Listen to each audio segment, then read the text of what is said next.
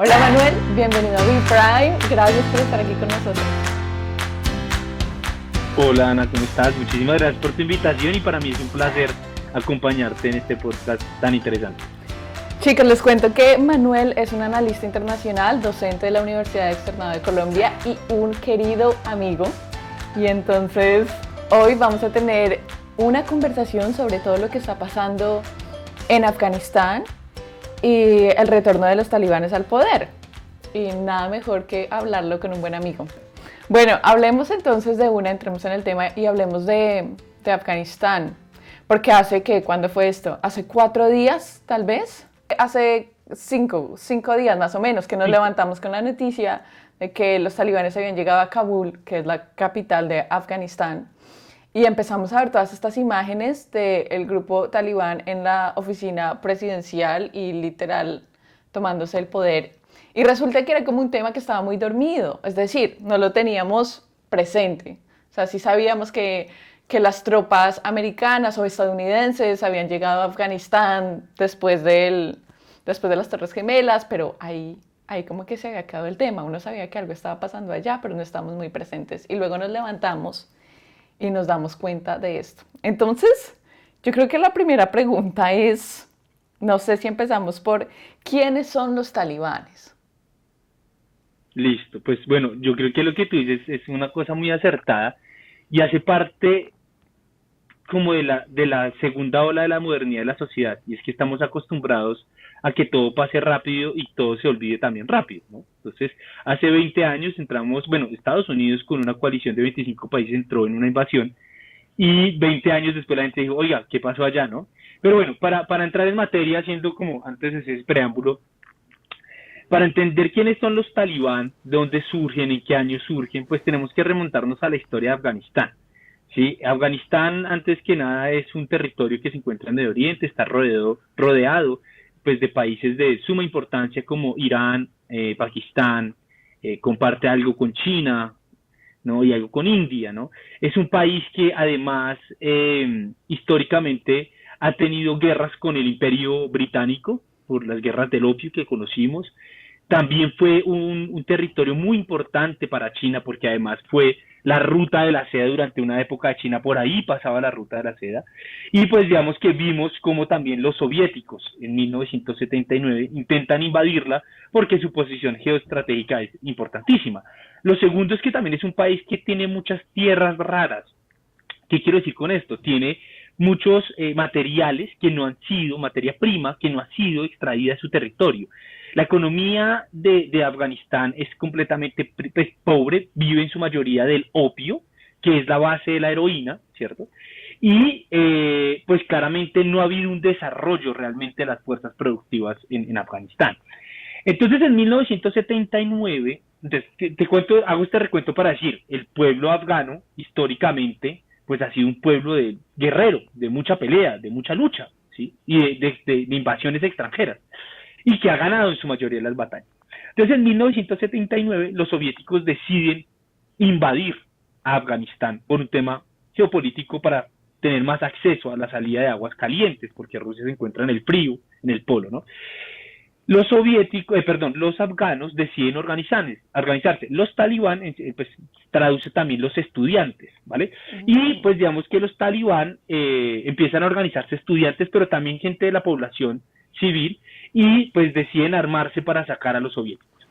Esto pues le conviene claramente a los Estados Unidos. Los Estados Unidos, pues recordemos que estamos en pleno momento de la Guerra Fría, y Estados Unidos decide constituir los mujahidines, ¿sí? Es decir, los talibán son los mismos mujahidines, ¿vale?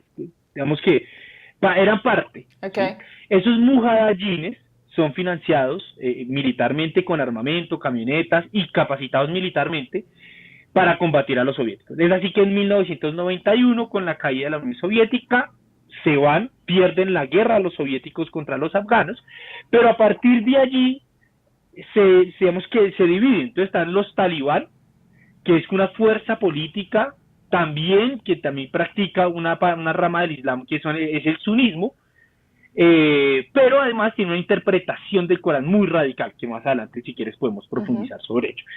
Ahora, otros talibán, sí, digamos, de esos mujahidines, se terminó convirtiendo en Al-Qaeda. Es decir, los orígenes de Al-Qaeda son los mujahidines, que hacen parte de los talibán, que fueron financiados hace muchos años por los Estados Unidos. Es decir, un error que se les salió de las manos, ¿vale? Sí. Ahora, en 1990 desde el 92, cuando están en los soviéticos, hay guerras civiles, porque Afganistán está lleno de etnias, es decir, de pueblos, y allá se conocen como los señores de la guerra.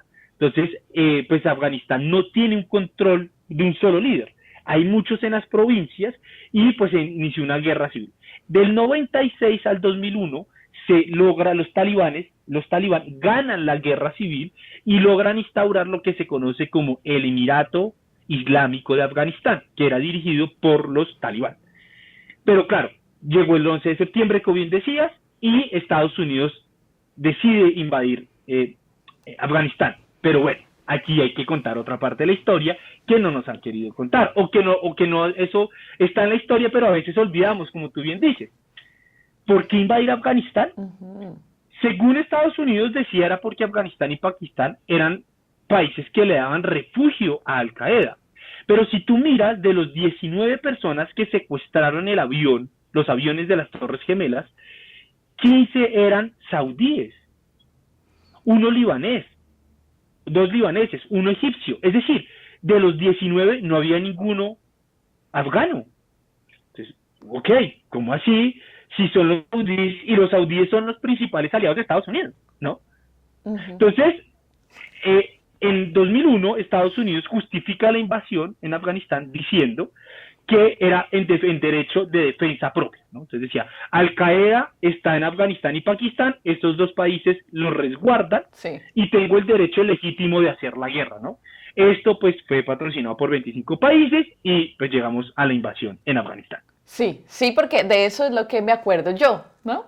Después de las Torres Gemelas, después de estar buscando a Osama Bin Laden y decir que él estaba escondido en Afganistán y que los talibanes lo estaban escondiendo. Y de hecho, hace poco vi un documental de Osama y mostraban unas cartas, una correspondencia que había entre Osama Bin Laden y el líder de los talibanes, y donde como que se probaba que ellos efectivamente lo estaban escondiendo y pasándole plata también. Y esa es la razón por la que George Bush decide ir porque él toma la decisión, right, de invadir Afganistán. Ahora, una pregunta, no sé si tú sabes esto. Eso se hizo ¿se le consultó al pueblo de esa decisión de alguna manera? Porque de algo que sí me acuerdo, y además viendo el documental, decían que el 70% de la población americana había apoyado la decisión de ir a Afganistán. Pero no sé si esto fue una votación, se le consultó al pueblo de alguna manera, o fue como, eso es lo que vamos a hacer. No, digamos que bueno, es una excelente pregunta, porque Ana, porque siempre toda intervención militar siempre se requiere una legitimidad social y política, ¿no? Y obviamente la intervención en Afganistán fue más sencilla que la de Irak, ya lo explico por qué.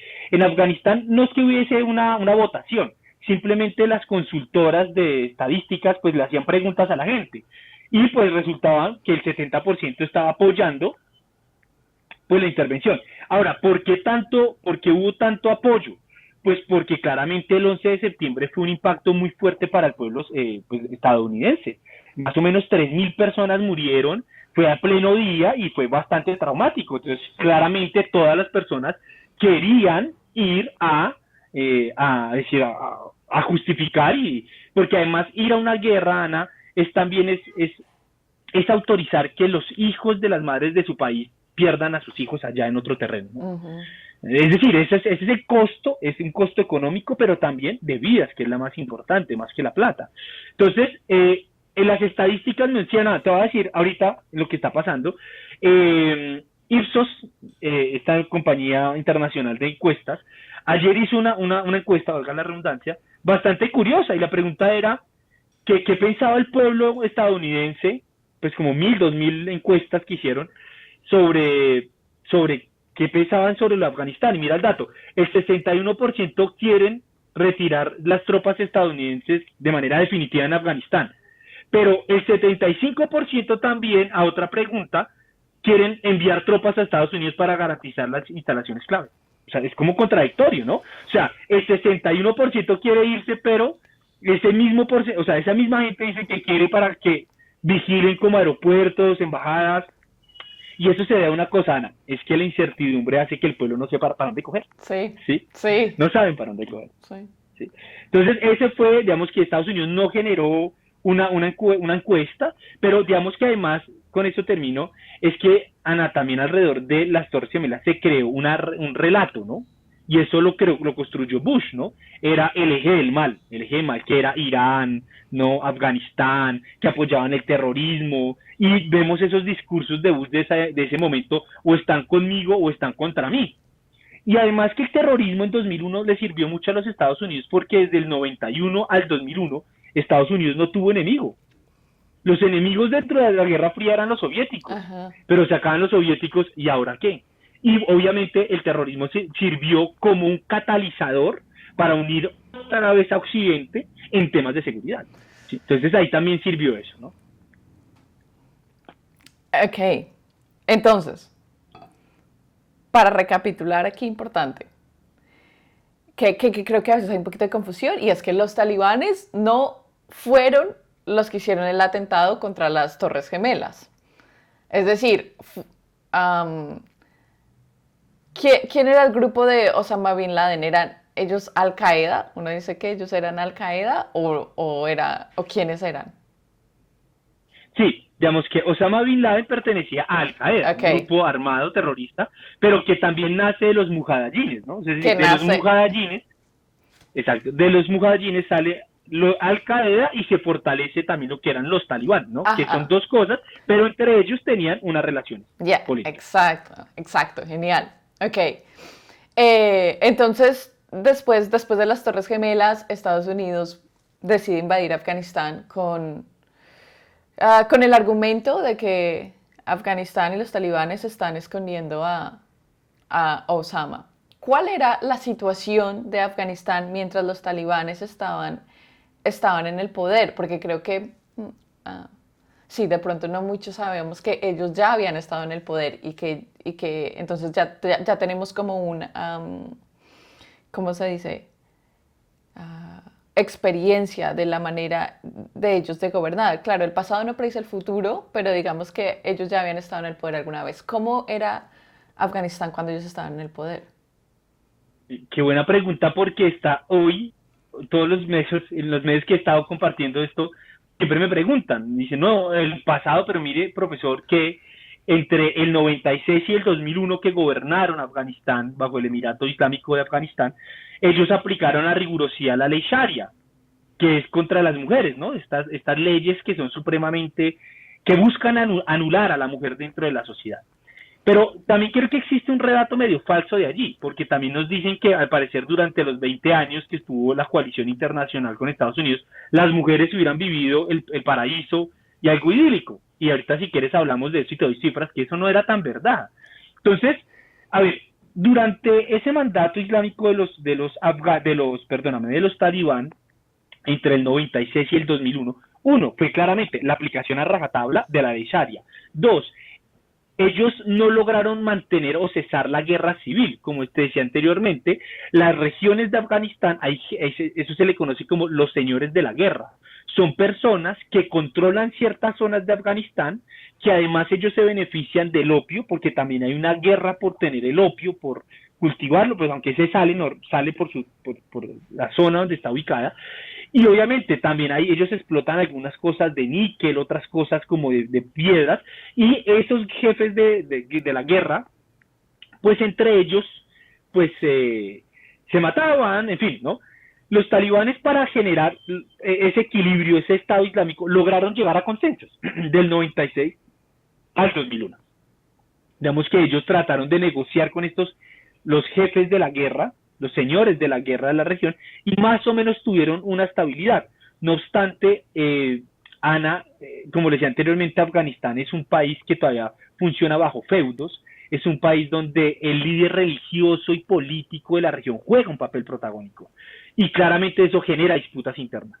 y el Estado del Emirato Islámico de Afganistán se acaba con la coalición. Ahora, muchos dicen, oiga, ¿será que pasará lo mismo? Yo no sé, tú bien lo dices, el pasado no determina tampoco el futuro, ¿no?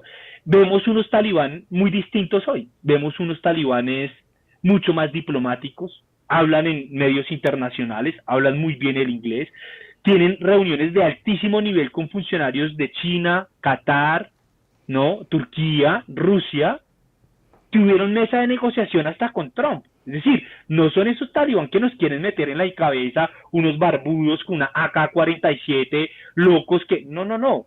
Lo que hemos visto hoy son unos talibán muy bien organizados, con un cuerpo diplomático muy fuerte, con una actitud de negociar, pero además hay otra cosa muy importante y con esto termino, Ana, en tu pregunta, es que hoy el panorama político internacional no es el mismo de hace 20 años. Uh-huh. Hace 20 años Estados Unidos gozaba el poderío único en el mundo, poderío militar y económico. Hoy no, Ana. Hoy tenemos a una China surgiendo, vemos una Rusia también, una Turquía, y entonces vemos unos talibanes distintos, pero también un escenario geopolítico distinto. Cuando dices que ellos han tenido conversaciones con China, con Qatar, con, bueno, otros estados, sí, quería decir como otros jugadores internacionales, pero sí, con otros países. ¿Eso es ahorita? ¿Eso es después de que ellos llegaron al poder? ¿O esas conversaciones ya estaban pasando antes de que ellos tomaran el poder otra vez en Kabul? Excelente pregunta. Ana, los talibán desde el 2015 estaban teniendo reuniones secretas con Beijing, ¿sí? Ellos tuvieron reuniones en 2015, 2016, 2019. Hubo reuniones donde los talibán iban hasta Beijing o los altos diplomáticos chinos iban hasta Qatar. Qatar era donde estaban pues, viviendo como Baradar, que es cofundador de los talibán, es como un jefe político Baradar, y él vivía en Qatar. Uh-huh. Es decir, bajo el régimen y, o sea, todo, vivía muy bien uh-huh. en Qatar. Ahora, las reuniones con China se profundizaron el año pasado, 2020 y 2021. Lo interesante, Ana, es que el 28 de julio de este año, por primera vez, el ministro de Relaciones Exteriores chinos, Wang Yi, por primera vez publicó una foto con los talibán. O sea, eso es una muestra diplomática más o menos de reconocimiento. Ahora, Beijing también se ha reunido con Ghani, que Ghani pues era el expresidente de Afganistán, es decir, era el presidente cuando estaba Estados Unidos, de la coalición, el último presidente que huyó. Los chinos también tuvieron reuniones con ellos, buscan un equilibrio. Los chinos son muy prevenidos con los talibán. Si quieres ahorita profundizamos porque también existen unas relaciones particulares entre China y Afganistán, pero si quieres eso lo miramos más adelante cuando hablemos como de qué se viene, ¿no? Ajá. Pero entonces esas reuniones vienen desde hace rato. Con Moscú lo mismo, y otro actor que me parece muy particular acá es Turquía. Erdogan también ha tenido reuniones tanto con los talibán como con el gobierno afgano anterior. Los países quieren buscar un equilibrio, no se quieren solo casar con una facción. Pragmatismo político, ¿no? Uh-huh. En últimas, entre las relaciones internacionales. Pero eso es lo que vemos hoy y que claramente no viene, estas conversaciones no son nuevas. Uh-huh. Vienen desde antes, por eso te digo, esa imagen que nos han querido meter que los talibán son unos hombres barbudos, locos, que le pegan a las mujeres, unos sádicos, que nadie los controla, pues eso no es tan así. Cuando uno empieza a mirar que viven muy bien en Qatar, que se reúnen con altos funcionarios de gobiernos muy importantes, uno dice, ok, esto no es tan así como nos lo han pintado, ¿no? Ajá, exacto. Y por eso quería hablar contigo, porque yo sé, bueno, porque a veces, lastimosamente, la mayoría de las noticias ahora se reciben a través de las redes sociales, ¿no? A través de Instagram o Facebook, sí. y estas imágenes que son como tan impactantes y mueven como todas esas emociones, y entonces, claro, nosotros como seres humanos apasionados saltamos de una al barco de las emociones y nos dejamos llevar y a veces no analizamos más qué es lo que está pasando. Y pues las imágenes que se han visto de Afganistán, las que se están compartiendo en las redes sociales, son una locura. O sea, has visto, por ejemplo, las imágenes del aeropuerto, después de que los talibanes llegan a Sí, Kabul y se ven las personas, pues en el aeropuerto metiéndose, cogiéndose de los aviones y luego los aviones empezando a volar y personas cayéndose, literal. Am, Eso se ve mucho, muestran mucho a personas pidiendo ayuda, ¿sabes? Personas que solían trabajar con la sí, con la Armada Americana y estadounidense, y entonces los muestran como pidiendo ayuda a todos los que eran intérpretes, y bueno, mejor dicho, brutales las imágenes. Y por supuesto los talibanes armados hasta los dientes. O sea, porque esa imagen de ellos en la oficina presidencial, armados hasta los dientes, entonces claro, pues las imágenes son de mucho, mucho terror. Pero entonces a mí, o sea, yo me preguntaba, primero, ¿cómo es que llegan al poder tan rápido? ¿Sí? Después de que Estados Unidos se va, ¿cómo es que llegan al poder tan rápido? Y como ellos mismos lo dijeron en el comunicado de prensa, casi, mejor dicho, sin disparar una bala. O sea, las puertas se les abrieron. Entonces eso me hace pensar es, bueno, ¿cuál es la aceptación de la población? ¿Verdad? O sea, ¿qué piensan las personas que viven en Afganistán de esto? bueno, pues creo que tocas dos temas muy importantes. El primero es que, así como decíamos, oiga, Estados Unidos invadió Afganistán por Al Qaeda, y cuando yo te digo, pero de los 19 miembros ninguno era afgano, y la sorpresa de todo el mundo dice, uy, ¿cómo así? ¿No? Pues bueno, también los relatos juegan un papel muy importante. Hay una periodista de CNN que a mí me gusta escucharle mucho, ella vive en Kabul, ella se llama Clarissa Ward, Así, la sigo. ¿no? Sí. Entonces ella dice, ella menciona, dice, bueno, pues en el aeropuerto de Kabul sí está feo, pero usted va a otras regiones y no pasa nada. Ujú, Es decir, ahora que los medios quieren centrar la información, las noticias, hay algo que decir. ¿Por qué quieren verlo así? ¿No? ujú, También porque quieren deslegitimar a los que llegaron, a ujú, los talibán, ujú, ¿no? Pero la Clarisa lo ha mencionado en varias ocasiones. Tú vas a las regiones, a las provincias y en otras partes de Kabul y la vida sigue normal, ¿sí? Entonces, ya digo por qué es tan importante los relatos para comprender. Entonces, ¿cómo llegamos acá? Entonces la pregunta, tú decías, ¿cómo es posible que Estados Unidos, con sus aliados luego de 20 años, en el año 2011 matan a Osama Bin Laden, ¿no? Entonces decía, Bush dijo, vamos a Afganistán a eliminar el terrorismo, a reducir a los talibán, a matar a Osama Bin Laden o a capturarlo, a instaurar la democracia y a liberar a las mujeres de la represión talibán. Esas eran las promesas de Bush, ¿no? 2011 asesinan a Osama Bin Laden. ¿Por qué no se fueron? En su momento dijeron porque no habían construido las instituciones democráticas que generaran una estabilidad, ¿cierto? Eh, ya hablamos de las mujeres porque tampoco cumplieron el tema de las mujeres. Las instituciones democráticas, como evidenciamos durante estos últimos 5 días, tampoco se hizo. ¿Los talibán lo redujeron? No lo redujeron, siguen ahí. El terrorismo, pues bueno, el terrorismo ya surgió por otro lado. Estado Islámico que no es afgano, ¿sí?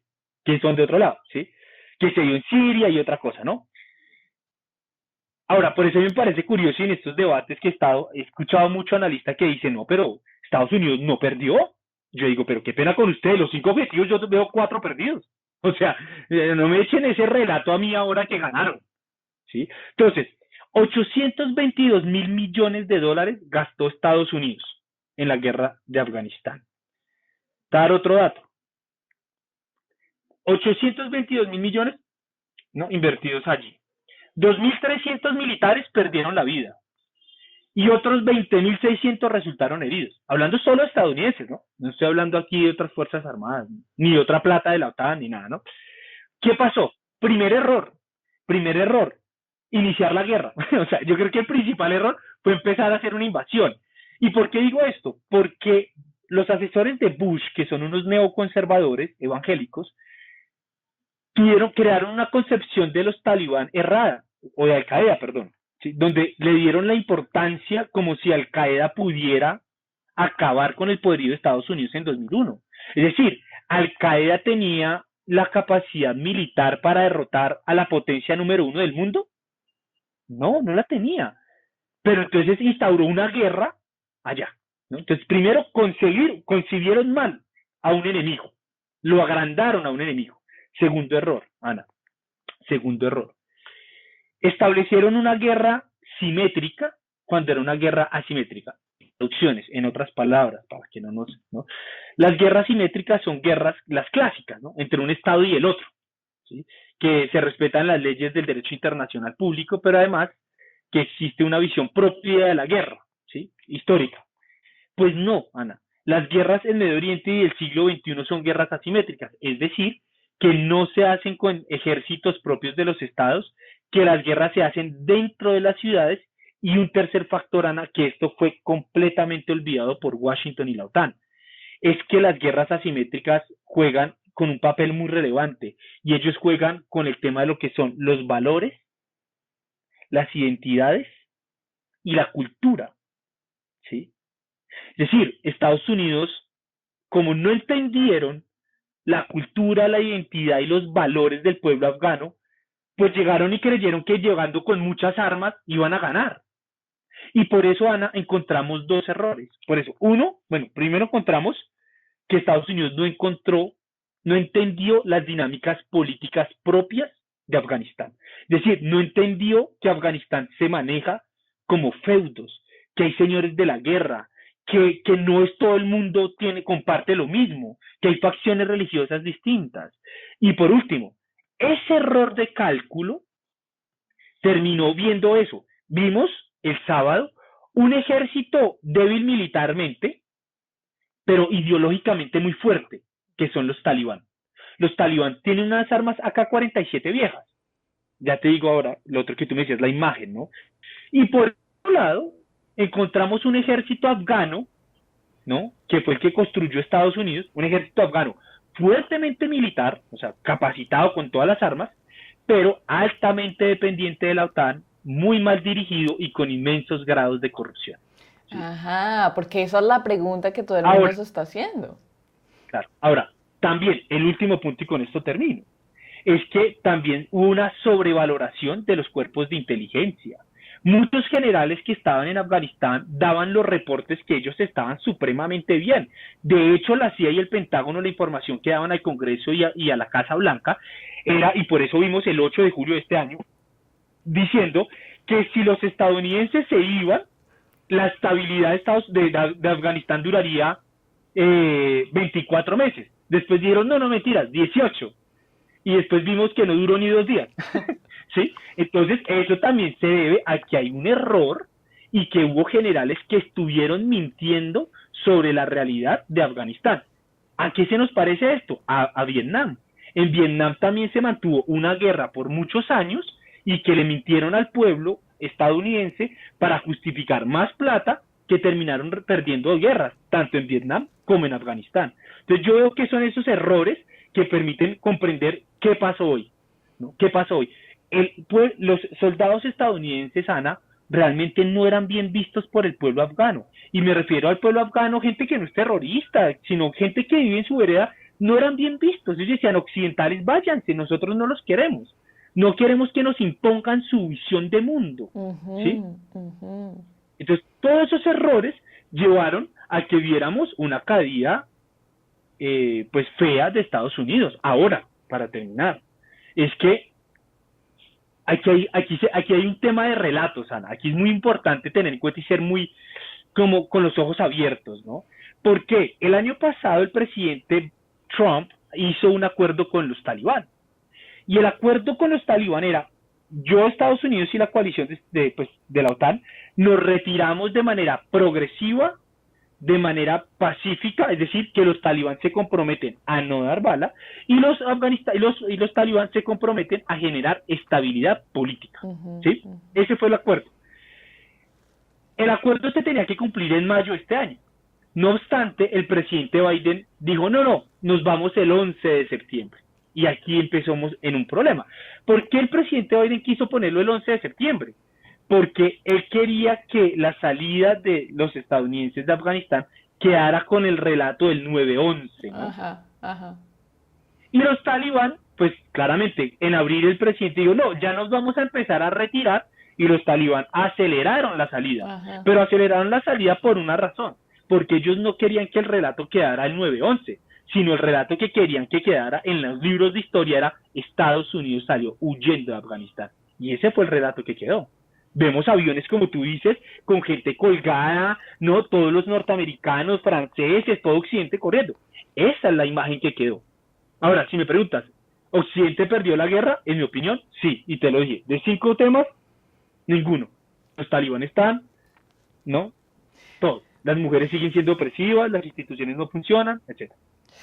Bueno, pero yo escuchaba a Biden hablar del tema, ¿no? Y decir que, pues él decía que la meta nunca había sido como instituir la democracia en Afganistán, sino la prevención del terrorismo y matar a Osama Bin Laden y asegurar la seguridad y asegurar prevenir más ataques terroristas en Occidente. Y entonces por eso Biden decía como el trabajo sí se hizo. O sea, nosotros matamos a Osama Bin Laden y los ataques terroristas pues disminuyeron y como que la tarea sí se hizo. Además, que hablan que en los 20 años que estuvieron allá, al menos en la capital, porque eso es otro de los temas, ¿no? Que no se nos puede olvidar que mientras que Estados Unidos estaba ahí, no es que los talibanes se hayan ido, sino que al parecer siempre tuvieron control sobre Afganistán y quizá en la capital, Kabul, pues bueno, ahí había más control de Estados Unidos, pero en las provincias y eso, como tú decías, o sea, es que yo recuerdo hace unos 2 meses, el control era casi que 70% talibán y 30% americano, o sea, y entonces, bueno, pero él decía que sí se había dado educación a las mujeres, se había invertido en colegios y universidades, se había dado trabajo a las mujeres, entonces que por ese lado, pues sí se había ganado, es decir, no terrorismo, más oportunidades para las mujeres. Y bueno, pero cuando uno ya, claro, lo ve con esos 5 puntos de los que tú hablas, a ver, es difícil. Tú, desde tu punto de vista, o sea, es que esta es una pregunta súper difícil, pero desde tu punto de vista, ¿fue una buena idea irse de Afganistán? ¿O Estados Unidos debió haberse quedado? Es decir, si ya estaba ahí, ahora tenía como una responsabilidad de quedarse hasta que todo, de alguna forma, o irse, o qué. Bueno, muy buena pregunta. Te quería complementar con una cosa de lo anterior que decías. Mira, en esta encuesta dice, la posición de Biden es una pataleta de abogados. Se están ahogando y necesitan justificarse. ¿Sí? Dice, no nos fue tan mal, mire que cumplimos algo. Pero mira, en esta encuesta dice que el 68% de los estadounidenses encuestados está de acuerdo con que la guerra de Afganistán iba a terminar mal. O sea, ellos sabían, o sea, el pueblo ya sabe. Entonces ahora el presidente nos va a decir que no. Ahora, yo creo, mi posición inicial, Estados Unidos nunca había tenido que ir. Yo no creo en que las intervenciones de un país extranjero a otro funcionen. Y la historia lo comprueba. Libia, Siria, Yemen, Irak, Afganistán. La historia lo prueba, que eso no sirve. Ahora, ¿qué hacer? Como yo no estaba de acuerdo que llegaran, pues claramente estoy de acuerdo que se vayan. ¿Sí? Ahora, esto también, Ana, y gracias por la pregunta, porque esto es una de las grandes conclusiones, pues no de las grandes conclusiones, de algo de lo que yo he dicho en los medios de comunicación, y es que la situación de Afganistán es una muestra de que siempre será fácil iniciar una guerra, pero lo difícil es saberla terminar, cómo y cuándo. O sea, tú puedes hacerle la guerra a cualquiera, tú puedes iniciar peleándote con cualquiera.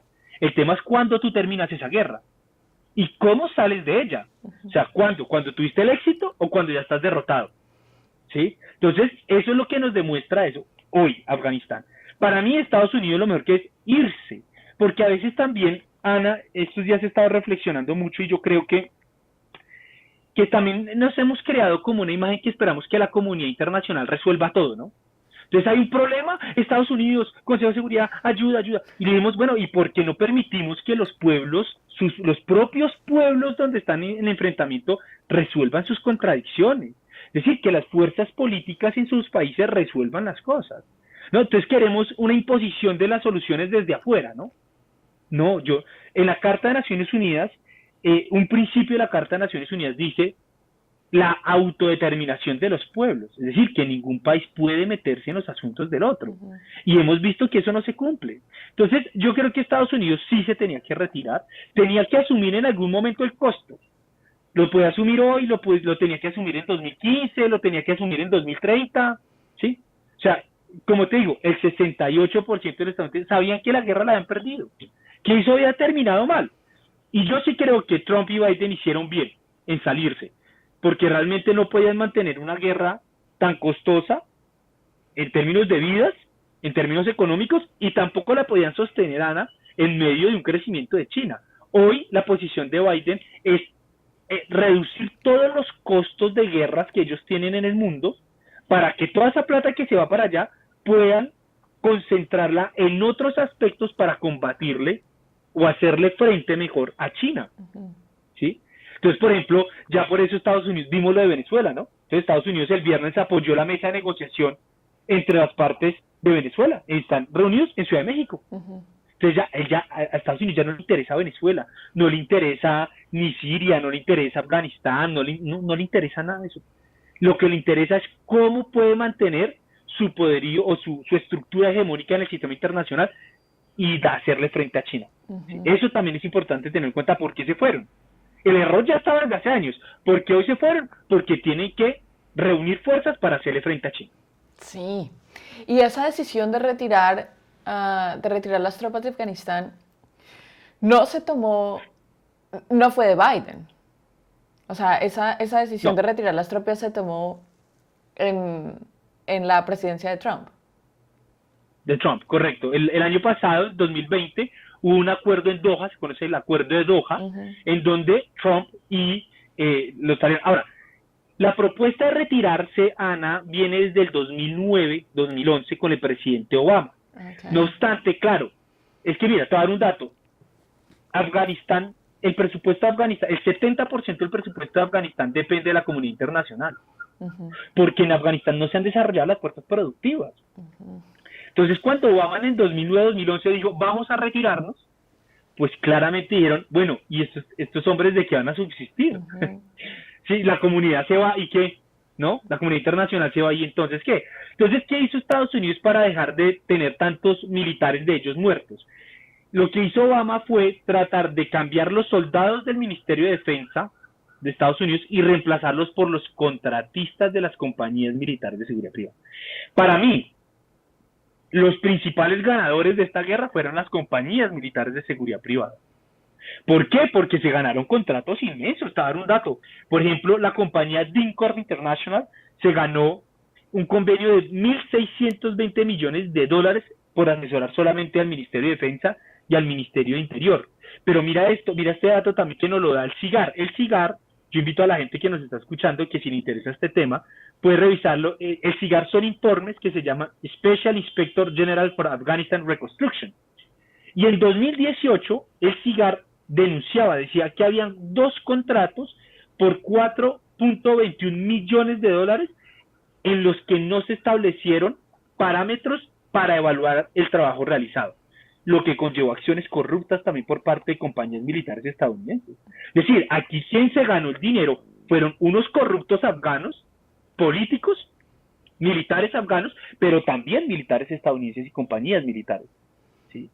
Entonces, aquí hay mucha tela por qué cortar, ¿no? Pero en últimas es lamentable en lo que terminó, ¿sí? Ahora, era necesario, es que mantener también este tipo de contratos, casi $3 trillones, es lo que te quiero decir. Sí. Estados Unidos gastó. Sí. Y mantener una guerra así, pues no da.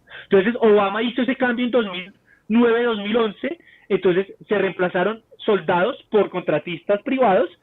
Y ya, pues el presidente Trump dijo, vea, no, ya no podemos mantener eso, y hizo el acuerdo con los talibanes, y Biden lo ejecutó.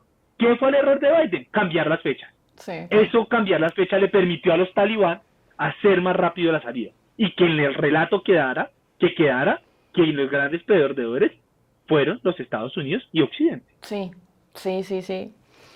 Y uno de los mayores puntos de conversación ahorita es el tema de las mujeres, y es un poco lo que tú mencionabas después, ¿no? Tenemos tal vez esta percepción de que mientras Estados Unidos, estos 20 años que estuvo en Afganistán, con casi $3 trillones invertidos, entonces muchas cosas habían cambiado, ¿no? Entonces pensábamos, no, pues los talibanes están, mejor dicho, casi que destruidos, porque pues llevan allá 20 años, hay un montón de plata, o sea... hay educación para las mujeres, libertades para las mujeres, ¿verdad? Y teníamos esta idea en la cabeza. Ahora, el año pasado, en 2020, hay literal, así es como yo recibo las noticias, ¿no? Hay un bloguero que viaja por el mundo y quería ir a Afganistán. Y entonces no, pues todo el mundo me dice que es muy inseguro, pero voy a Afganistán. Bueno, el caso, y yo ahí viendo el blog, se fue a Afganistán y tal. El caso es que él se va a Afganistán en 2020 y está en Kabul primero, solo en Kabul, que es lo primero que me llama mi atención cuando dice, pues la verdad es que de Kabul no se puede salir porque el resto está controlado por los talibanes. Y entonces ahí uno dice, what? Ok, está bien. Él va a Kabul, que es la capital, que se supone que es donde está la plata, donde está, bueno, lo más avanzado de Afganistán, digamos. Lo primero que uno nota es ver que es un país muy pobre, condiciones muy pobres, pero lo segundo es que, y este bloguero lo dice, no hay ni una mujer en la calle. Mi hermano, es el señor bloguero, está por ahí con las cámaras y busca mujeres y no se ve ni una mujer en la calle. Y va a los mercados y no hay ni una mujer trabajando. Y va a las tiendas y no hay ni una mujer vendiendo. Claro, entonces él dice, ¿en dónde están las mujeres de Afganistán? Aquí no hay mujeres. Después él ya se pone un poquito más en la búsqueda y dice, tengo que encontrar a las mujeres de Afganistán en algún lado. Y ahí encuentra, como te digo, a la ministra de Interior, que era de Afganistán. Y bueno, ya otras mujeres que trabajan en bancos y eso. Pero lo que chocó de ahí es que decían, mira, solo el 20% tal vez de las mujeres en Kabul trabajan. El otro 80% de mujeres no, y están en la casa. Entonces uno dice, es que en 20 años de Estados Unidos estar allá, no es que las costumbres pues hayan cambiado tanto, y no es que ahora las mujeres tendrían la libertad de la vida. En efecto. Digamos que, mira, eso es lo que tú acabas de escribir, el bloguero cuenta, pues de lo real. Una cosa es Kabul y otra cosa es la zona, ¿no? La provincia. Entonces, mira, ese es el otro relato. Entonces dicen, no, se van los estadounidenses, pobrecita las mujeres, ¿qué hacer?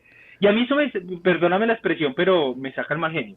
Porque están manoseando los derechos de las mujeres y están utilizando como una herramienta política los derechos de las mujeres, ¿no? Y a mí eso me molesta de sobremanera. Entonces, si vamos a las cifras, bueno, para entender, los talibán utilizan la ley Sharia. La ley Sharia es una interpretación hiper mega radical del Corán, en donde dicen que la mujer, pues buscan es anularla dentro de la sociedad. Entonces la mujer no puede mostrar su rostro, la mujer no puede mostrar sus tobillos, la mujer no puede ser atendida por un médico hombre, la mujer no puede ser atendida tampoco en un juzgado por un hombre sin una compañía de otro hombre, ¿no? No puede salir a la calle sin su esposo o con un hombre familiar.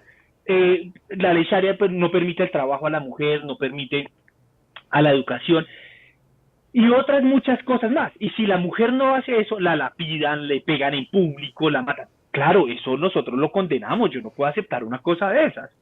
A mí lo que me molesta, lo primer punto que te quiero decir es que si bien esto es duro y que todos lo condenamos en Afganistán, ¿por qué Occidente no juzga esto también en los saudíes?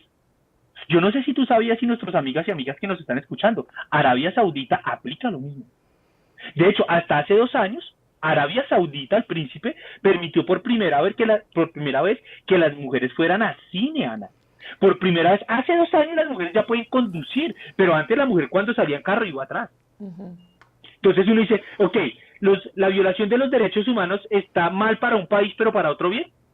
Entonces está bien para Arabia Saudita, que es mi principal aliado porque me compra mucho armamento a mí como Estados Unidos, pero Afganistán sí está mal. Entonces yo por eso digo que a mí me molesta mucho cómo estas interpretaciones y relatos manosean los derechos de las mujeres. Y me molesta de verdad de sobremanera porque lo que menos les interesa es el derecho a la mujer. O sea, una vida digna de la mujer. Entonces te voy a dar otro dato. Ese es el primer punto que te quería comentar. El segundo punto. Qué pena me emociones. Que de verdad, no, la emoción me gusta. Llama la emoción, que me sienta. Lo segundo, mira, lo que yo te decía, claro, yo no puedo negar, ha habido unos avances.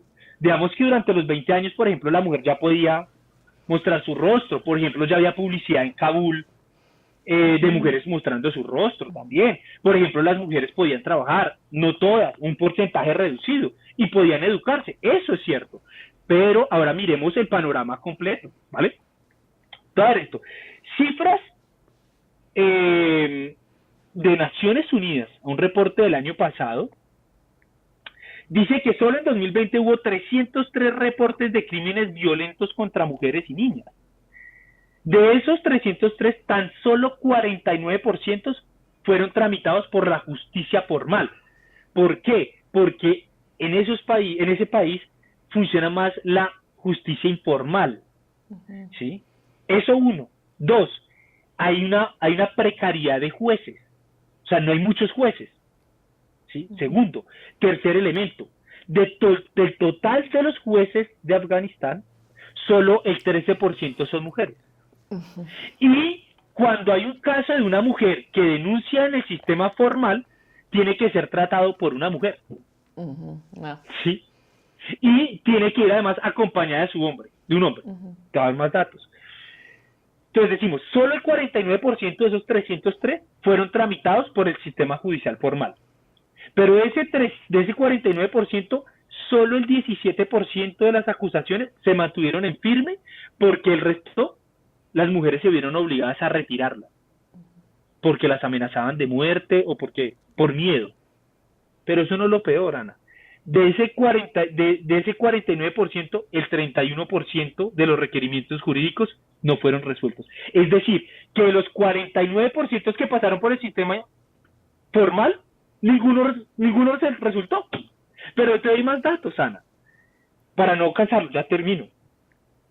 El 80% de las mujeres sigue siendo analfabeta. El 75% de las mujeres mantienen matrimonios forzados.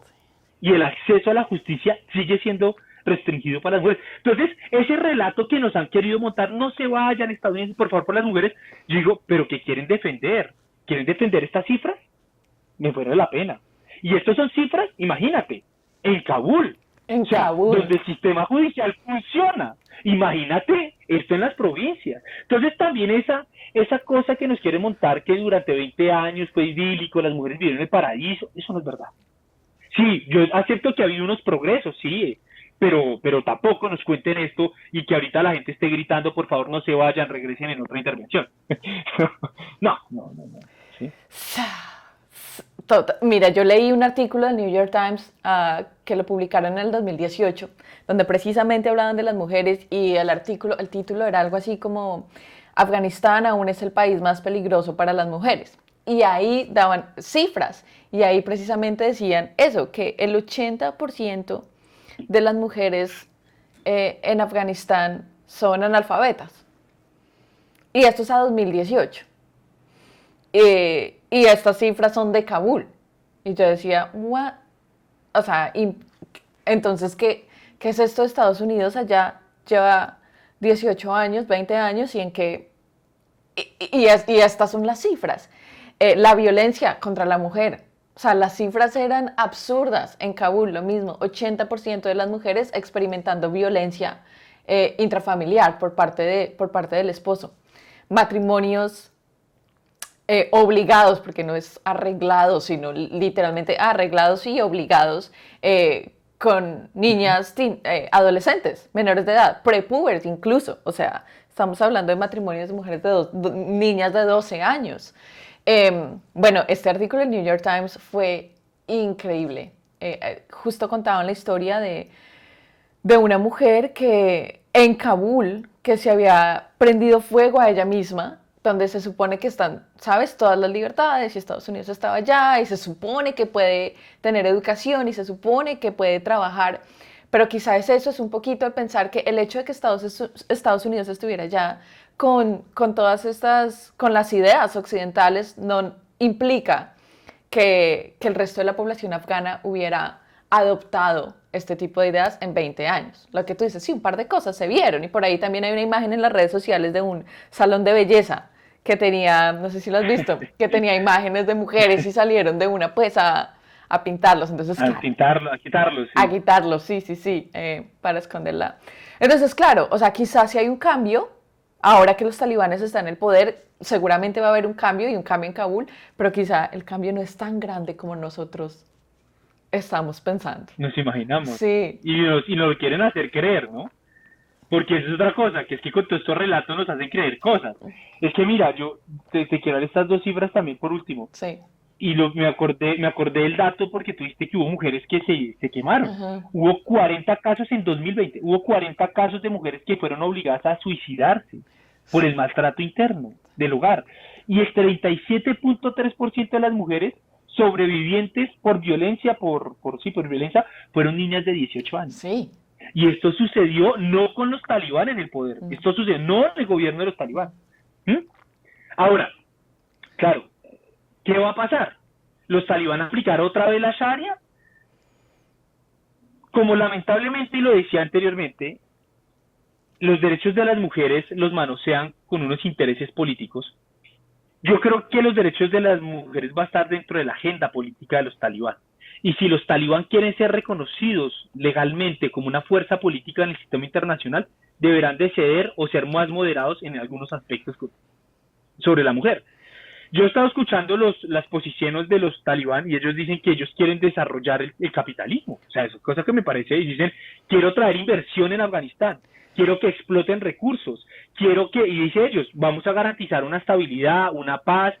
Ellos han dicho que van a aceptar, se les va a permitir a las mujeres trabajar y educarse. Claro, muchos dirán, profesor, pero ellos ya hicieron eso y no lo cumplieron. Eso es cierto, pero toca esperar las acciones. Llevamos 5 días. Sí. Hay que esperar. Sí. Hay que esperar, ¿sí? O sea, toca mirar a ver cómo ellos actúan, cómo se van a mover, pero pues sí, en efecto, tampoco es que la situación anterior de las mujeres haya sido bueno, pero claro, que si se puede empeorar, claro, puede empeorarse, eso sí, no lo dudemos, ¿sí? Sí, sí, y eso es lo más triste.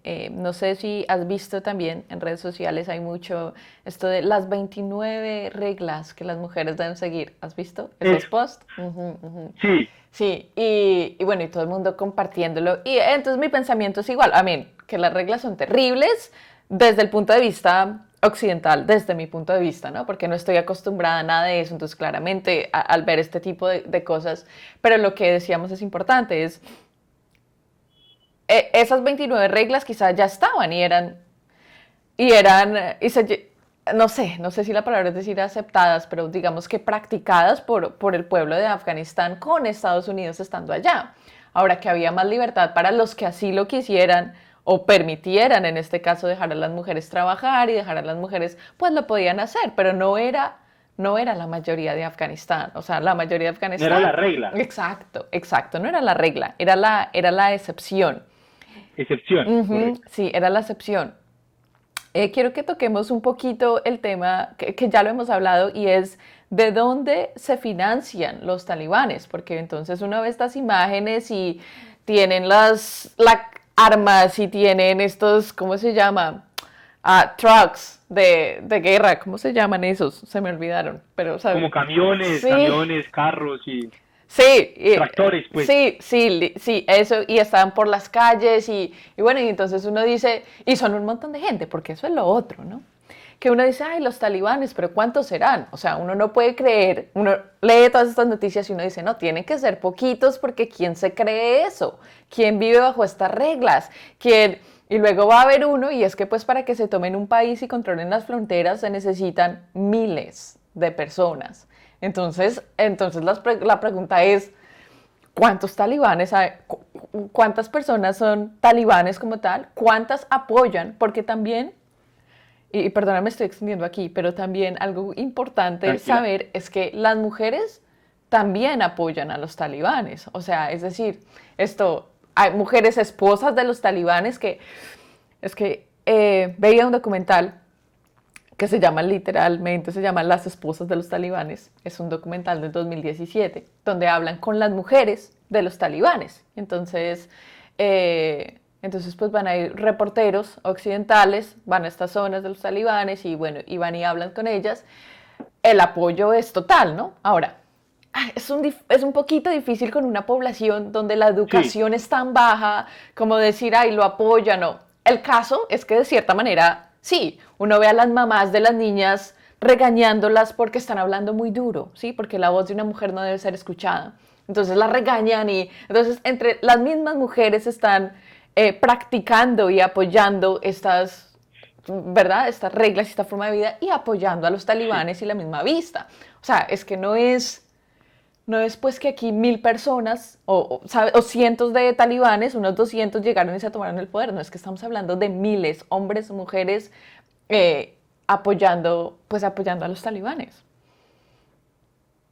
Sí, bueno, yo tendría que estoy revisando rápidamente. Yo lo vi en un informe que hablaban cuántos tenían el ejército afgano y todo la OTAN versus los talibán. Y si no estoy mal, no quiero, eso creo que lo tenemos que borrar. Pero creo que de hecho el ejército afgano tenía más hombres que los talibán. O sea, esa es otra cosa que uno ¿Sí? puede ver que no es comprensible. Pero sí, pero es que estoy buscando aquí rápido el dato, pero no lo Dale, encuentro. dale, ya. Pero mira, Sí. en términos de la financiación, los talibán se financian, como decía anteriormente, del opio, se financian de algunas extracciones de minerales en las regiones, en las provincias, también se financian por impuestos ilegales, ¿no? Entonces ellos ponen retenes y te cobran.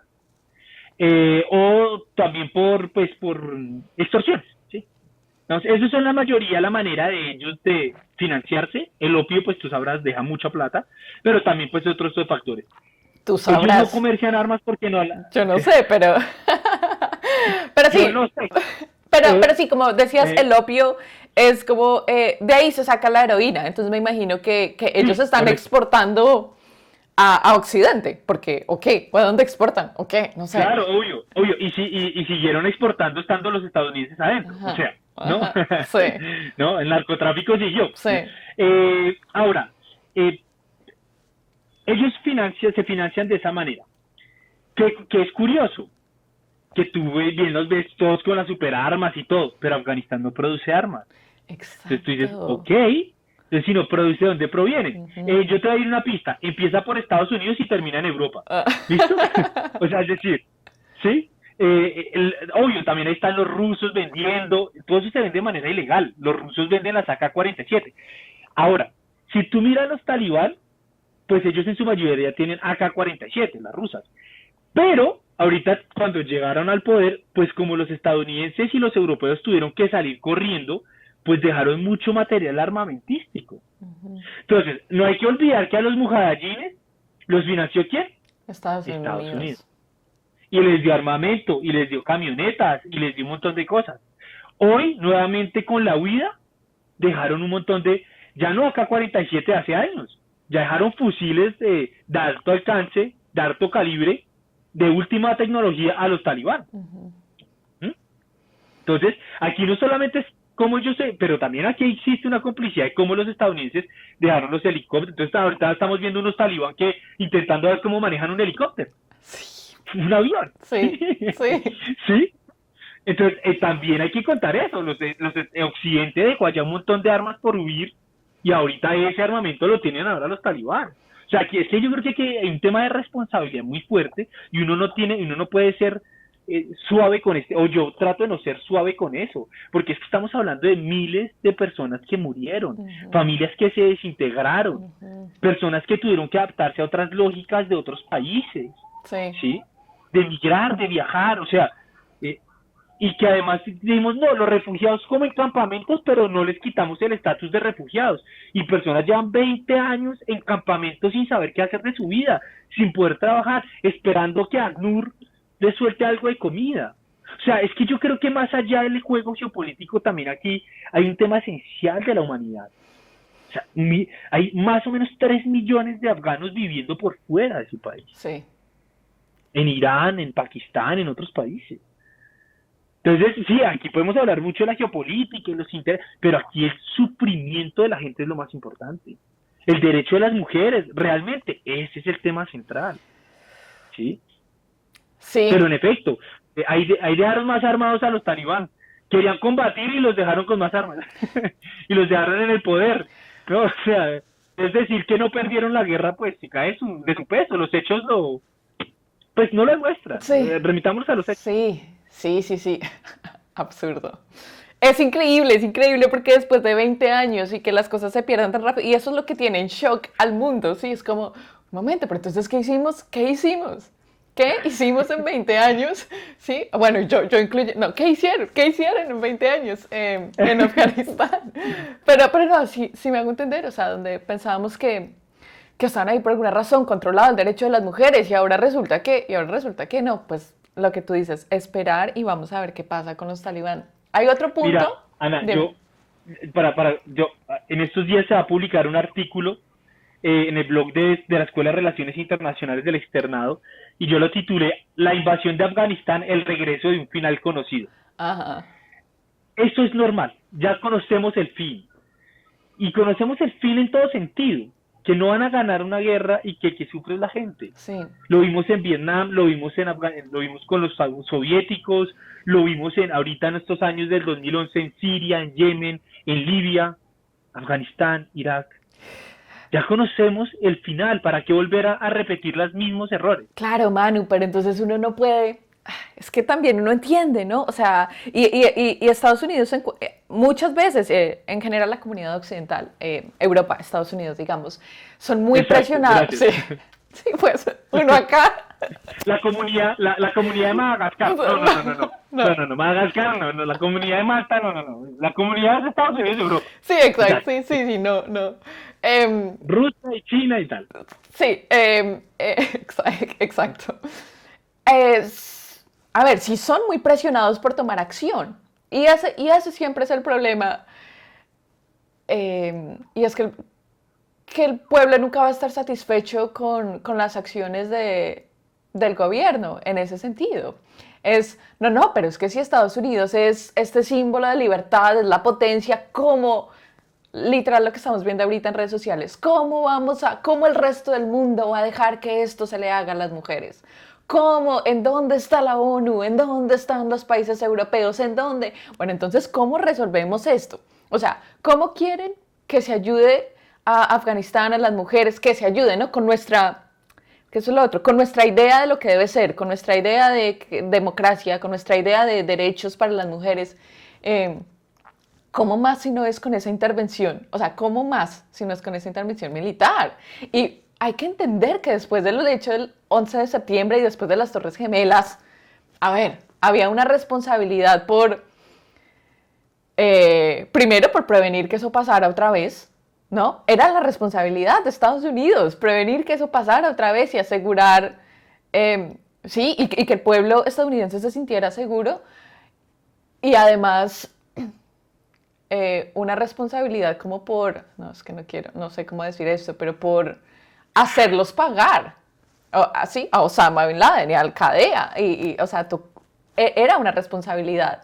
Entonces, es decir, no es fácil, sí, yo entiendo, y obviamente Sí. los hechos muestran que ir a invadir un país, pues no funcionó. ¿Aquí? A mí me genera mucha curiosidad porque me asombra el relato que tienen, o sea, el poder que tienen los relatos, ¿sabes? Es decir, Estados Unidos tenía o debería de ayudar al mundo, ¿no? Y me dice, ¿y quién le preguntó a quién? O sea, ¿quién votó? Digo, quiero que sea Estados Unidos primero. No. Ahora, ¿por qué Estados Unidos tomó el rol? Y aquí tenemos que remitirnos a una estructura fundamental de Estados Unidos. Y es que Estados Unidos, desde los orígenes de ese país, de su constitución como un país, ha jugado un papel fundamental lo que se conoce el destino manifiesto. Uh-huh. No sé si lo habéis escuchado. No. El destino manifiesto en Estados Unidos es una corriente de pensamiento en el que dice que Estados Unidos es el pueblo elegido para elegir el mundo, para dirigir el mundo. Es una visión evangélica y que desde el nacimiento de la República de Estados Unidos como la Unión de Estados Americanos se erigió bajo esa creencia. Y por eso es que el pueblo estadounidense cree que tiene la responsabilidad de salvar al mundo por el destino manifiesto. Yo invito a la gente que lo busque por internet, destino manifiesto. Y eso es una creencia que ellos se autorresponsabilizan por ser el pueblo elegido. Perdón, pero ¿por quién? ¿Sí? Entonces, si te das cuenta lo dices, bueno, el relato es de Estados Unidos, ayúdenos. ¿Y por qué? Ahora, otra cosa.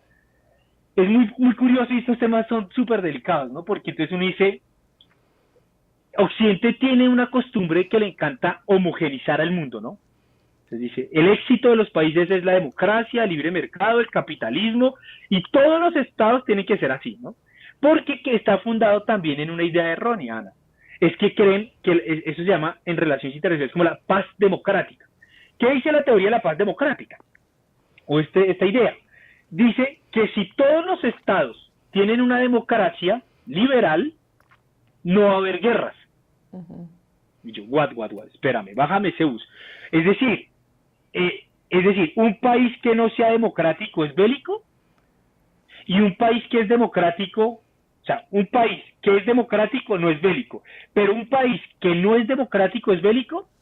Si ese es el argumento, es falso, porque hay democracias que funcionan, países democráticos hipermegabélicos, Estados Unidos, y podemos ver países que no tienen democracia, monarquías, y no son bélicos.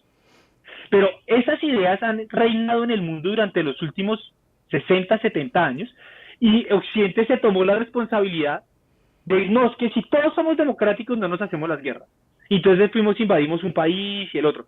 Y ese es el primer error de esa idea. El segundo error es que no se le permite, no se le respeta la ontología, es decir, la manera de ver el mundo a los pueblos. China tiene una manera de ver su mundo distinto. Es que lo que tú dices es muy cierto y es muy prevenida. Al decir, claro, es desde los ojos de Occidente. Sí. Tú estás en Australia y los australianos, por su posición geográfica, ven el mundo de otra manera. Sí. Sí, tienen cercano a la India, a África, no, Asia Pacífico, tienen otra manera de ver el mundo. Pero si tú miras un chino, tiene otra manera también de un nepalí. ¿Sí? Entonces, yo creo que estos problemas ocurren es porque queremos imponer nuestra visión de mundo hacia los de otros, creyendo que eso es lo correcto, cuando ni siquiera nos damos el privilegio y el respeto de escuchar al otro. Ok, ¿usted cómo es? ¿Usted cómo ve este mundo? Y es que, o sea, usted como chino, ¿cómo ve la guerra? ¿No? O sea... Pero ese también es el problema por parte de los talibanes, ¿no? Cuando la religión es tan radicalizada, sí, y es verdad, es como mi forma, es la forma. Y pues por eso ven a Occidente pues como si fuera, marica, el demonio, perdón, como si fuera el demonio literal, o sea, el infierno en la tierra. Entonces, ese es el punto, ¿no? Si ellos también tienen esa mirada, es imposible que... Esta es una de las situaciones donde uno, pues con el 11 de septiembre, por ejemplo, era imposible no ir a guerra. O sea, era imposible. Cuando dos lados, ¿sabes? Como dos partidos diferentes, no le quiero decir partidos. Teniendo, por ejemplo, a los talibanes y Al Qaeda queriendo imponer su punto de vista y luego, o su forma de ver la vida, y luego a Occidente también, es imposible que las guerras no existan. O sea, es imposible, con puntos de vista tan distintos. Yo creo, o sea, yo soy de las personas que cree que un mundo puede ser construido bajo la heterogeneidad. ¿Sí? Ahora, creo también que tiene que haber unos mínimos. ¿Sí? Entonces yo creo que uno podría hablar, oiga, un mínimo es que se le respete los derechos a las mujeres. ¿Sí? O sea, yo creo que eso es un punto que uno podría negociar y decirle, no, señores talibán, aquí hay que respetar los derechos de la mujer, que sean inclusivas dentro de la sociedad, que no las anulen, que sí, los derechos humanos, ¿no? Que se firmó en 1945. Entonces, un mínimo, o sea, crear unos mínimos de respeto, pero pues que si los talibán quieren hacer su gobierno islámico, que tengan todo el derecho a hacerlo. Es decir, que puedan organizarse políticamente como se les dé, como quieran, ¿sí? Irán lo hizo. Irán tiene su guardia revolucionaria, tiene sus ulama, que son los que revisan que las leyes que saca el Congreso iraní cumple con las leyes islámicas. Pero en Occidente los satanizamos. No, son dictadores. No, respetemos. Ahora, por eso te digo, hay que dejar unos mínimos, por ejemplo, del respeto a los derechos humanos de las personas. O sea, ese yo creo que sería un punto en común. Pero si la gente quiere ver el mundo, ellos dicen, yo no quiero organizarme en una democracia, yo quiero tener un gobierno islámico. Tú miras el gobierno islámico iraní y ellos tienen justicia, tienen congreso, tienen Claro, no son los magistrados como uno está acá contemplado. Para ellos el magistrado es el teólogo, porque para ellos las normas que emiten ellos deben estar a la ley del Corán. Para nosotros es bajo la Constitución. Ahora, claro, es cierto, y eso es lo complejo de los seres humanos, porque la muerte es la muerte y la vida es la vida. Pero claro, cada religión le da su interpretación. Entonces si decimos, no, es que estos islámicos son súper radicales, terribles, y uno dice, no, pero páreme, la Iglesia Católica también sataniza a las mujeres que abortan, también a las mujeres que toman en bares, también a las mujeres que se tatúan, ¿no? O sea, tampoco nos pongamos acá como en la facción del bien, ¿no? Los más moralistas, ¿no? O sea, por eso te digo, es que esto uno puede abordarlo de mi manera, si uno dice, aquí no, nadie se libra. Entonces, ¿yo qué creo? Y vuelvo a reiterar mi idea, hay que tener unos mínimos de respeto a los individuos, derechos humanos, ¿vale? Ya que la gente quiera realmente organizarse a su manera, eso se tiene que respetar. Si los chinos que tienen 1.400 millones de habitantes quieren organizarse de una manera particular, bajo el centralismo democrático, bajo el único partido, se le permita, pero es querer, no, tiene que haber muchos partidos, tiene que ser libre mercado, no, ese es mi puja. Y yo creo, yo hice mi maestría en resolución de conflictos, y cuando yo digo esto es súper difícil porque la gente, pues, y yo entiendo que es difícil de entenderlo, porque cuando tú estás tratando de resolver un conflicto, y yo lo invito a la gente, es con su pareja, no se agarra con su pareja unas vainas, y dice, ¿qué? No, escucha al otro, ¿por qué el otro toma así? ¿Cuál es la visión de él para reaccionar ante, un robo? Reaccionó corriendo y le dejó a su pareja. Y otro puede reaccionar de manera distinta. Y tú le preguntas, claro, en su manera, uy, me dejó botada, o me dejó botado. Y la pregunta es, bueno, yo le pregunté por qué, y si no, es que yo tuve una experiencia así, y pues prefiero huir. No, porque no se reacciona. ¿Sí me hago entender? Uh-huh. Esto lo quiero aplicar en estos temas también de la política internacional. ¿Por qué los talibán ven el mundo así? ¿Por qué los iraníes ven el mundo así? Y no es de juzgarlos, es tratar de comprenderlos. Claro, no todo se le puede aplaudir, por eso te digo, yo rechazo la ley Sharia. Sí. Pero entiendo que es esto. Las mujeres están acostumbradas a eso. ¿Por qué no en el espacio de compartir saberes, que ellos nos cuenten por qué la mujer justifica eso y por qué nosotros no? Y llegar a consensos. Uh-huh. Pero estamos acostumbrados en las relaciones internacionales a tener un principio darwinista. ¿Qué quiero decir con esto? Que el fuerte siempre va a ganar y va a someter al chiquito. Y así no se construyen sociedades, Ana. Así no se construye un sistema internacional. Las sociedades realmente avanzan cuando llegamos a consensos. Y esto pasa en la comunidad internacional. Uh-huh. Tenemos que llegar a consensos y a respetarnos. Porque somos pueblos distintos. El imperio persa, en su momento, que fue algo tan importante. ¿Sí? Y Occidente tiene esa visión de que nos creemos la panacea. Es decir, nosotros creemos que el mundo nació con los griegos y los romanos, y no conocemos el imperio otomano, no conocemos el imperio persa, no conocemos el imperio, lo que fueron los chinos, ¿no? En 1200, y el imperio persa mucho antes, ¿no? De hecho, a esa región le debemos gracias a la matemática, el álgebra, o sea, esa región es muy importante en el mundo, al igual que África, y como tenemos a África, unos negros salvajes que se matan, ¿no? Y cuando no hay más cosas allá, quiero con esto terminar y no extenderme, Ana. Necesitamos descolonizar nuestras mentes de las ideas hegemónicas y ser más reflexivos, cuestionarnos y construirnos día a día también. Eso es lo más importante, cuestionarnos mucho. Y sí, porque lo que acabas de decir, uno cree que sus ideas, la forma en la que uno ve la vida, es la única, la correcta, la que debería ser, y eso incluye religión, democracia, todo este tipo de cosas, es la de uno. Y cuando no, tal vez no todo el mundo ve el mundo de la misma forma, lo que acabas de decir. Y otra cosa importantísima de entender sobre lo que está pasando en Afganistán, y es que no, los talibanes, lo que decíamos, no es un grupo de 100 personas, y no es que, pues matamos a 100 personas, y se acaban los talibanes y las mujeres recuperan sus derechos, y es lo que acabas de decir. Eso está en la identidad, es la cultura. O sea, a esos talibanes, los que están ahorita en el poder, los pueden matar, sacar, y luego va a llegar otro, y va a llegar otro, y va a llegar otro, porque es que esto viene de la religión, de la cultura, de la identidad, entonces el problema es algo que no se va a solucionar con ir y mandar ejércitos a los que ahorita están vivos cuando siguen naciendo niños, cuando las mujeres apoyan, o sea, ahí es un tema de religión, que bueno, que mejor dicho ni nos metamos con la religión porque es que a mí o sea, me da. Por eso te digo, o sea, si no mira ya, por acá en Occidente con la Exacto. Iglesia Católica tampoco es que nos libramos. Exacto. Sí, exactamente.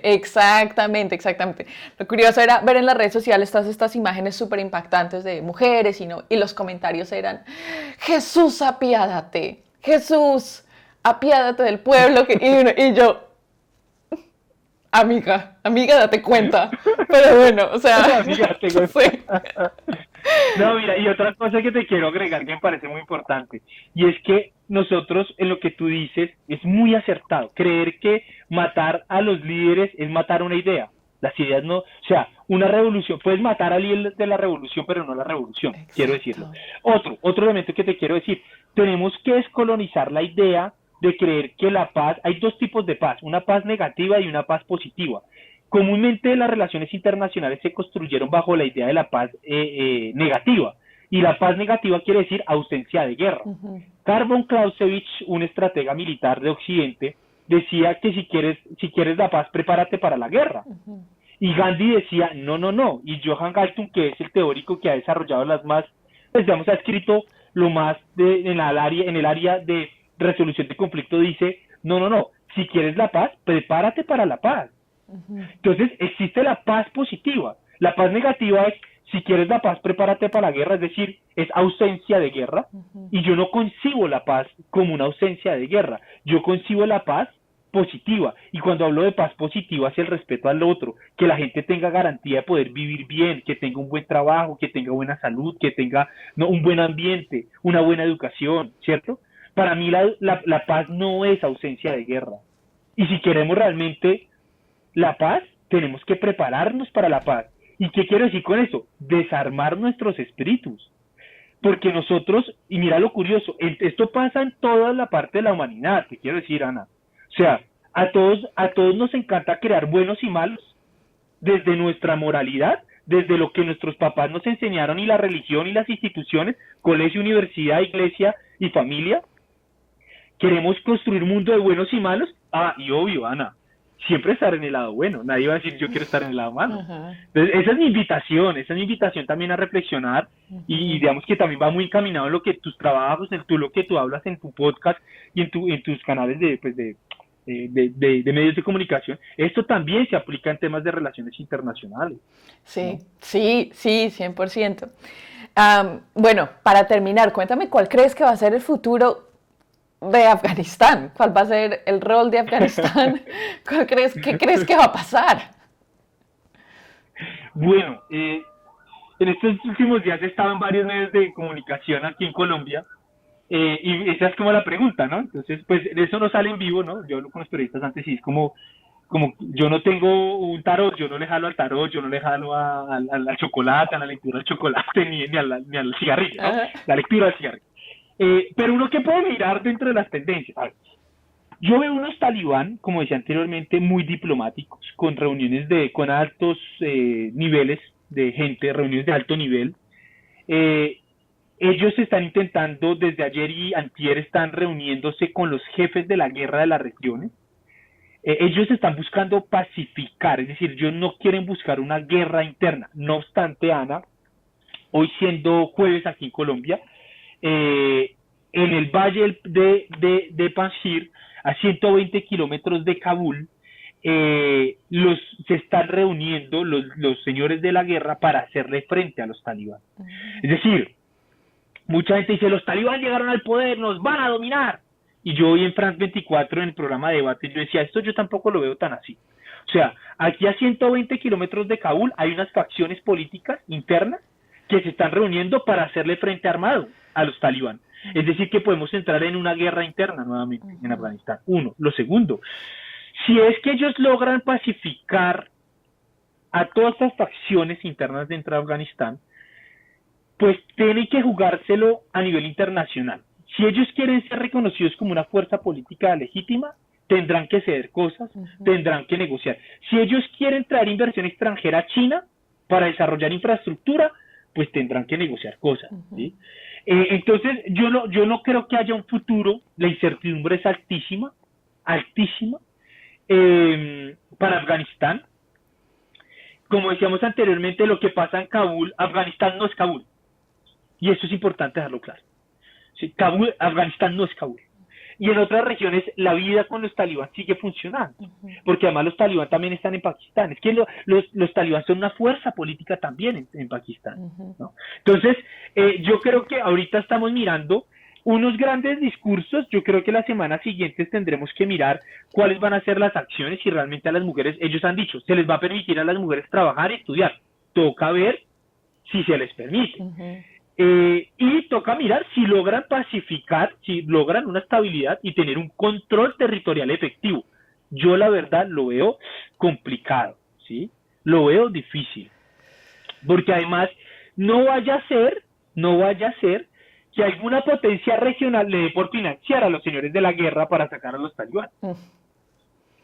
Porque aquí pasa otra cosa, Ana, que hay otros actores, no solamente está Rusia, China y pues Estados Unidos. Tenemos actores como Irán, Sí. como los saudíes, Sí. como los cataríes y como los turcos.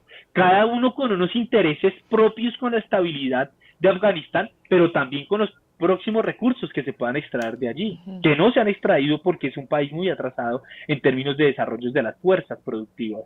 Entonces creo yo que aquí si los talibán logran pacificar y logran entender el juego político en el que están, pueden posicionarse dentro del poder y establecer su emirato islámico de Afganistán. ¿Fácil la tienen? No la tienen fácil, la verdad. Porque lo que te decía anteriormente, hay unas contradicciones internas y que yo espero realmente que esto no lo utilicen potencias regionales ni otras potencias para sus intereses. Lo veo difícil porque seguimos con ese chip que te decía ahorita anteriormente, cómo sacarme el mayor interés a costa del sufrimiento de los demás. Pero ese es como mi panorama, generar inestabilidad, pero también soy consciente, Ana, de que en una semana se acaba. O sea, todo el mundo me dice, usted ha salido harto en noticias. Y digo, sí, pero tranquilo que la otra semana vuelvo a coger bus. ¿Sí? Porque a la gente se le va a olvidar Afganistán, a la gente se le va a olvidar las niñas y las mujeres de Afganistán, a las mujeres, a la humanidad se le va a olvidar, así como olvidamos a los niños que están centrados en los campos de refugiados en Turquía, en Libia, ¿no? Y los niños que mueren pasando el Mediterráneo entre África y Europa, que se mueren ahogados, se nos olvida, ¿no? Entonces, esto es la noticia por el momento, pero yo hago una reflexión. Más allá de los intereses de las grandes potencias, pensemos en la gente, de verdad que el sufrimiento de estas personas es que salen de sus países y quedan por años, literalmente, Ana, sin poder trabajar, sin poder desarrollarse como un individuo, centrados en un campo de refugiados, esperando a ver si alguien les da algo y si su estatus se cambia. Si de pronto a Canadá le da por recibir, si a Alemania le da por recibir y cambian su estatus de refugiado a un ciudadano con derechos, con una posibilidad de salir adelante, de desarrollarse como un ser humano. O sea, yo creo que ese realmente es el daño de las guerras. Y yo por eso no me gustan las guerras. Realmente yo tampoco soy un pacifista, tampoco me consideraría así. Pero las guerras no dan realmente grandes resultados. De pronto sí para los egos. Ajá. Pero no para la gente realmente. Pero no para la sociedad. Y es muy triste y se siente mucha impotencia, porque con el tema de las mujeres, que es un tema que llega, porque soy mujer, porque sí, es uno de esos temas que tocan mucho el corazón. Y es como, ¿qué hago?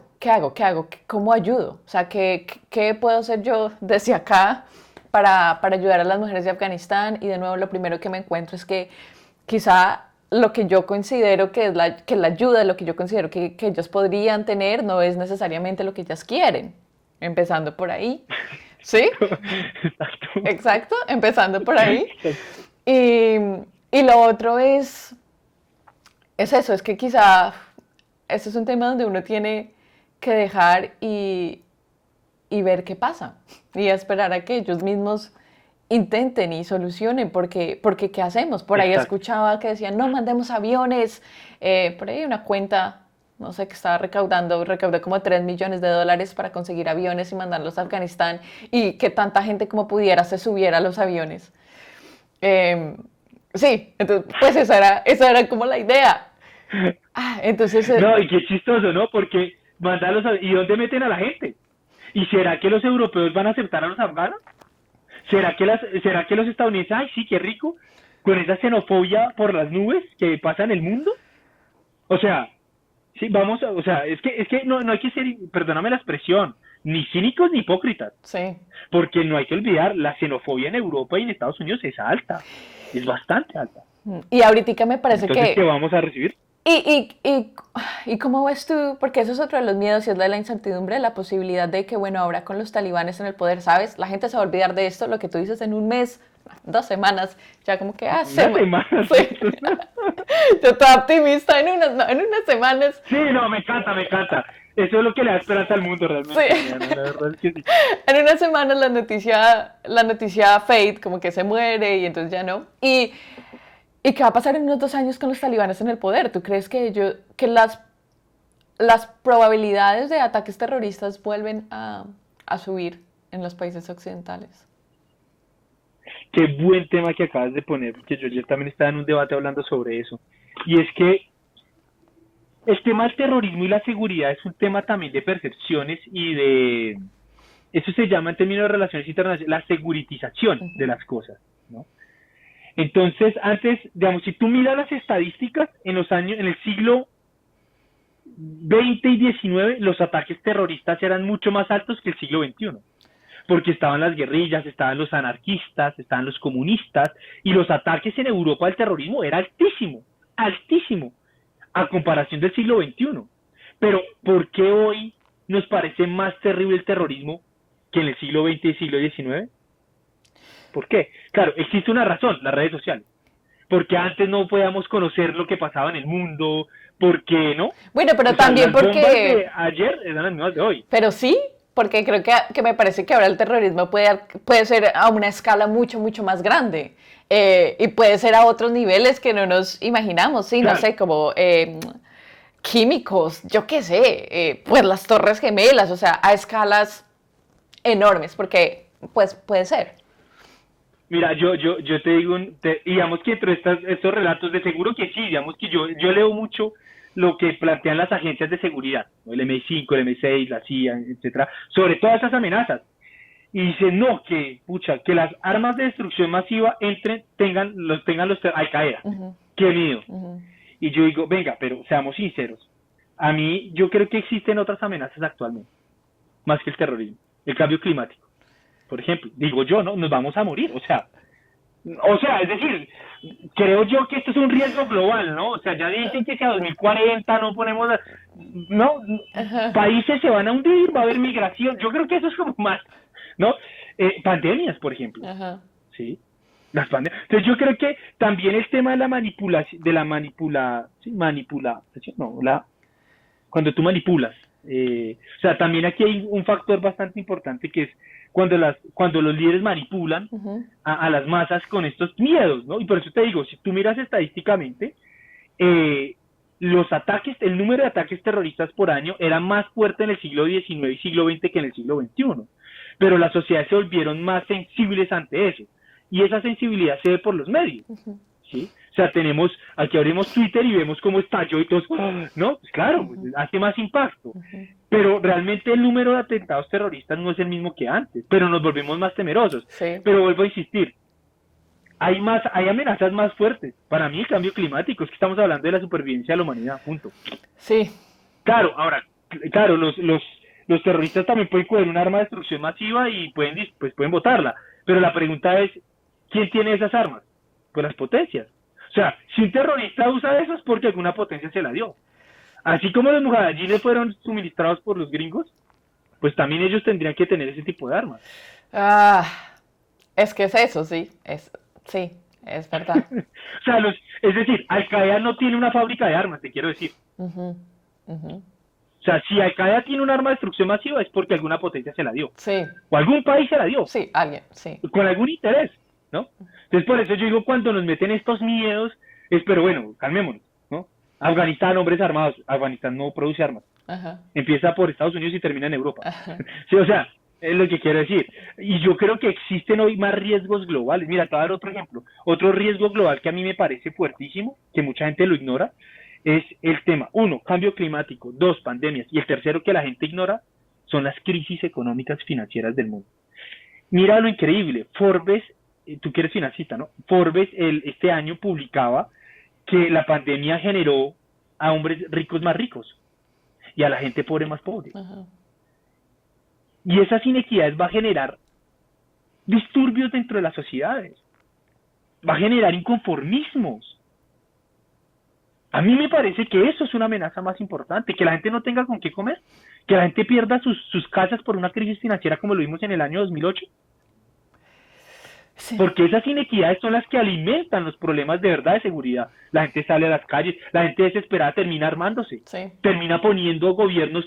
Mira, es que no tenemos que irnos tan lejos. Hitler llegó a Alemania de manera democrática, Sí. y llegó de manera democrática porque el Tratado de Versalles le aplicó unas sanciones que pusieron en aprietos a la sociedad alemana, y surgieron estos personajes. Entonces yo creo que esos problemas, como las crisis y la inestabilidad financiera, claro, esto puede sonar hiper impopular, y más en un país como Australia, que es donde el capitalismo se ve full, ¿no? Pero yo digo eso, o sea, o creo yo, no conozco Australia, pero digamos que creo yo que esas inestabilidades financieras que dejan a millones de personas sin casa, sin un trabajo, creo que eso es un problema y deberíamos de replantearnos eso. Eso es un problema. Con esto termino y te dejo para la inquietud, que es un tema que a mí me gusta y me gustaría hacer mi doctorado sobre eso. Es la tecnología ya es un hecho que está en nuestra sociedad, pero la tecnología va a cambiar los modos de producción, va a cambiar la división del trabajo internacional y en últimas eso se va a materializar en el quehacer humano. Entonces los humanos, ¿qué vamos a hacer? Arabia Saudita está desarrollando robots que puedan cuidar a las personas de tercera edad. Lituania está desarrollando robots abogados, ¿sí? Se nos Entonces la acabó. pregunta es, ¿qué vamos a hacer? Sí. ¿Sí? ¿Nosotros qué vamos a hacer entonces? ¿Sí? Entonces yo creo que hay más problemas que pensarnos más que un grupo terrorista. Los terroristas nacen de algo y son financiados por alguien. ¿Por qué las guerras no se acaban? ¿A quiénes beneficia a los grupos? Pues las compañías militares de seguridad privada, ¿no? Sí, sí, el problema es que, ¿qué es eso? Bueno, como tú dices, la situación económica y la situación social nos hemos acostumbrado, entonces uno se acostumbra a que eso es la realidad, a que eso es lo que pasa en el mundo, y va pasando por etapas, es decir, no es tan visible, tan dramático como un atentado terrorista, que es disrupción a tu vida de un momento a otro, muchos muertos, claro, yo entiendo, y eso pasa con todos los aspectos de la vida, ¿no? Las cosas que son así, que van destruyendo la vida y la sociedad de a poquito y de a poquito, nosotros la dejamos pasar, y nos enfocamos en esos casos que pasan una vez cada... ¿Cierto? Una vez cada 100 años, pero que causan esta gran destrucción. Así somos como seres humanos en todo lo que pasa en la vida y en nuestra vida personal, desafortunadamente también. Manu, me encanta hablar contigo, soy consciente de tu tiempo, sé que estás muy ocupado, muy solicitado en este momento, pues, en todos los medios de comunicación, pero me encanta hablar contigo. Este es un tema que a mí personalmente me fascina. Todo lo que tenga que ver con el comportamiento del ser humano me gusta mucho, pero además la desinformación de las redes sociales es otro tema que me lo tomo muy personal. No solo desinformación, sino información incompleta, el ver cómo saltamos a conclusiones muy rápido y a veces el pensamiento crítico, que es algo que no nos enseñan ni en el colegio, en la universidad. El pensamiento crítico depende de uno, la verdad, pero es muy importante tener este tipo de conversaciones para darse cuenta qué es lo que hay de fondo y hablar más profundo. Mira, ojalá se nos dé la oportunidad para después hablar un poco cómo empecé esto, de la primera y la segunda ola de la modernidad, para mirarlo, por qué los seres humanos hoy la sociedad, es decir, desde un punto, yo no soy sociólogo, pero sí me gusta leer mucha sociología, porque la sociología nos da a entender por qué actuamos así, y sería muy interesante después hablar, así no sea por el podcast, en otra videollamada tú y yo, de por qué los seres humanos buscamos, o sea, por qué nos comportamos así. Sí. Y es importante entender, y hay unas razones de ser de por qué nos actuamos así actualmente. Entonces, pues nada, Ana, para mí fue un placer, de verdad. Eh, Me siento muy feliz de estar aquí en tu podcast, hablando contigo, porque además tenemos una historia muy linda de nuestros estudios. Sí. Entonces, que además cuando vienes, en la medida que nos podemos ver, pues estamos allí. Y de verdad que me alegra muchísimo saber que estás muy bien allá y bueno, pues ojalá que si es más oportunidades de podernos ver, así sea por acá en Colombia o por Skype. Sí, sí, sí, 100%, y seguro que sí haremos otro podcast en el futuro hablando de todas estas cosas que son tan interesantes. Me encanta que te esté yendo tan bien, sabes que te aprecio muchísimo, me alegra mucho verte en todas partes hablando de este tema y ayudando mucho con el pensamiento crítico, de verdad, me hace muy feliz. Te mando un abrazo gigante Un gran y, abrazo también para ti. y ya, chao.